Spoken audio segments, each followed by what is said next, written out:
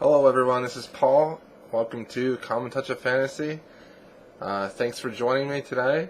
I'm going to be doing a review. The review is on Revelation Space by Alastair Reynolds. This is a science fiction book that has hard science fiction elements in it and also space opera elements in it. And it's all about figuring out the unknown. I loved this book. I really enjoyed it. I have given it one of the highest ratings I've given any book so far. I gave it a 5 out of 5. For plot, I give it a 5. For characters, I gave it a 4. For world building and setting, I gave it a 5. For heart and mind aspect, I give it a 5. And for writing style, I gave it a 5. For a total score of 24 out of 25. This is the highest rated book I've given so far from doing reviews. I really like this a lot. And I'm not ashamed to give something that I loved such a good score. So this is going to be a little bit of a looser review than usual. The setting that this book takes place in are the star systems that are outside our own star systems. So they're relatively close, but still they're like 5, 10, 15 light years away. But they're the closest ones to our planets that we're at. And the human race are traveling from these different star systems, and it takes them quite a while. They use these alien ships called light huggers that almost reach the speed of light, but not quite. So it's relatively slow traveling. So to counteract the relatively slow traveling, cryosleep, or what they refer to as reefer sleep in this book, is a big part of it. It's where people are frozen and asleep, and they can be like that for many years. Their physiology doesn't really age that much because they're frozen. So, in other words, they can be asleep for 15 years, but they've only aged maybe a month or so. Because of these huge distances that these people have to travel now, the human race is experimenting in ways to live a lot longer. And that's really important to this book. So there are 3 separate stories that become interwoven into one with this book. Each story is set in a different time period, but because of the sleeping and the space traveling, they aren't really that far apart than what we really think. So the 3 separate stories, the first one is a man named Sylvester, Dan Sylvester, and he is an archaeologist, which is extremely cool, on a remote planet way outside our solar system. It's in Delta Pavonis, I believe, and it's called Resurgam. And they have found evidence of an alien civilization that was there almost 1 million years ago. But something happened to this alien civilization that basically wiped it out completely in almost instantly. The other character that the book follows at the beginning is a woman named Volova. She is a part of the Nostalgia for Infinity, a light hugger that travels the galaxy. She goes from different planets, different systems, and she pretty much takes care of this ginormous, really big spaceship. We're talking many, many kilometers long. It is unbelievable, the detail that Reynolds has with this ship. But anyways, she is one of the people that takes care of the ship, and they are all looking for Sylvester, the guy that's on Resurgam, that's the archaeologist. They're looking for him because their captain has this alien plague that is attacking him in his reefer sleep, and they believe that Sylvester, because they met him before, that he will be able to help them heal the plague off the captain. So they're looking for Sylvester. And the third storyline is a woman named Karori. She is an ex-soldier, but now she is an assassin. And she gets a new mission, but the mission isn't until like 40 years in the future. So she goes into reefer sleep, not really knowing like much about this job at all. And come to find out, she has to board one of these light huggers to go to a different system to assassinate somebody on a different planet.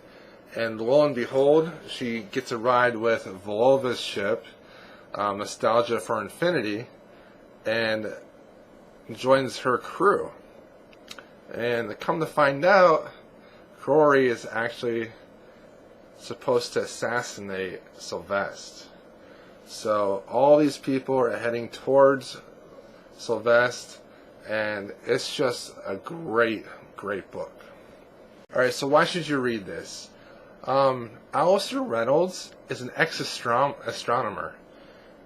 He is an astrophysicist for the European Space Agency. He stopped working there in 2004, but he wrote this book before that. I think this was released in 2001. And his experience as an astronomer and as an astrophysicist really shines through in this book. The hard science is extremely detailed. The descriptions of it just blew me away. I love astrophysics. I think it's really fascinating, very interesting. It's really a great read as far as the hard science part. But the space opera part is extremely detailed. Oh, the surface of the ship is just laid out perfectly by Reynolds. Like the way a console appears, the way one of the characters' heads look, it's just so extremely detailed. It's like every movement and every step, Reynolds is actually describing it. And I love books like that. I love extreme detail in my books. Another reason why you should read this book, the atmosphere is just amazing. It's extremely gothic, and it's even kind of dark. It really reminds me of the atmosphere from Alien by Ridley Scott. One of my favorite movies. And I was just so reminded of that movie the whole time I'm reading this book. The large light hugger spaceship, Nostalgia for Infinity, it reminds me so much of the giant ship that was in Alien. The size is pretty much the same, everything else. It's just really cool. The focus of the story is really on the plot and the setting. It's really trying to figure out all the unknown variables. Reynolds holds back a lot of the details about different characters and different world building things to create mystery, to create suspense in this book. I really, really enjoy books like this.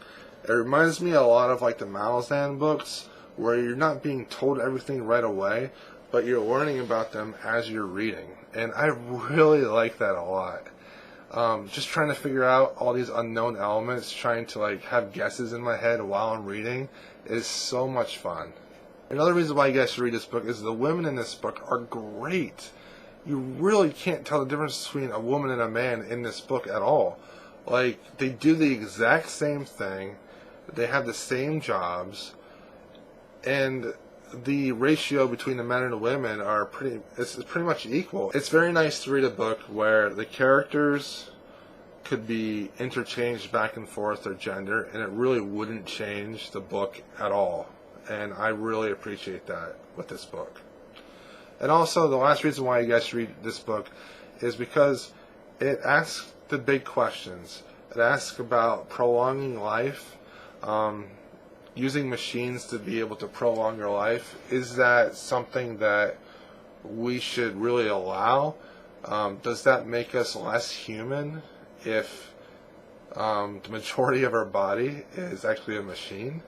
Also, a big question is the age of our universe, and like how young the human species really is compared to the entire universe.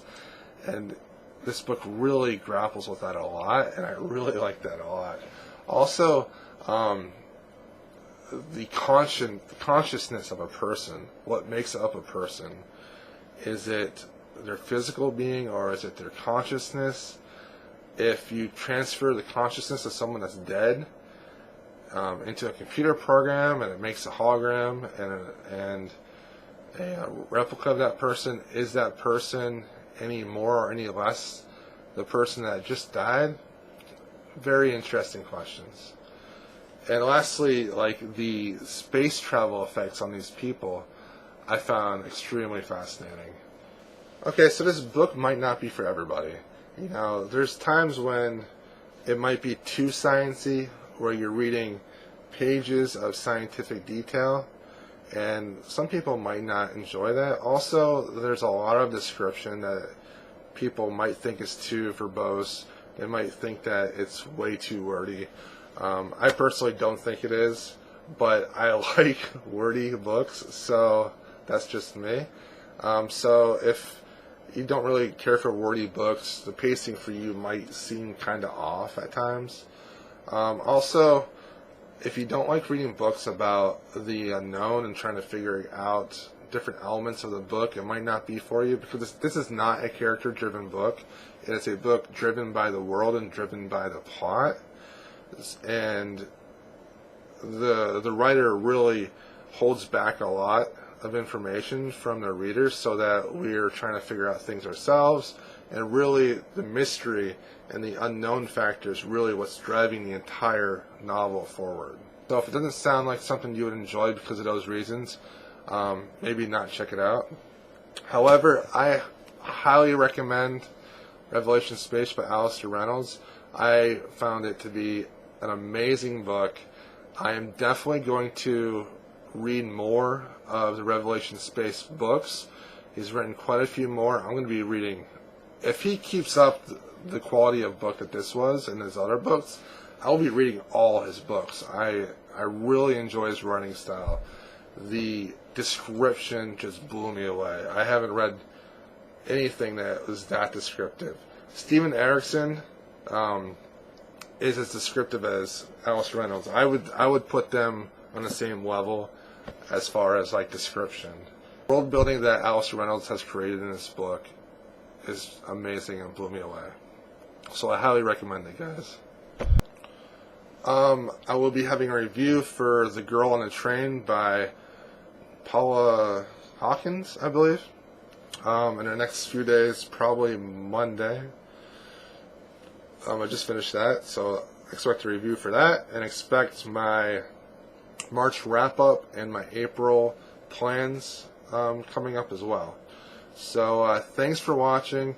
I realized this review was a little bit longer than usual, but it was because I really like this book a lot. Please comment below, like and subscribe.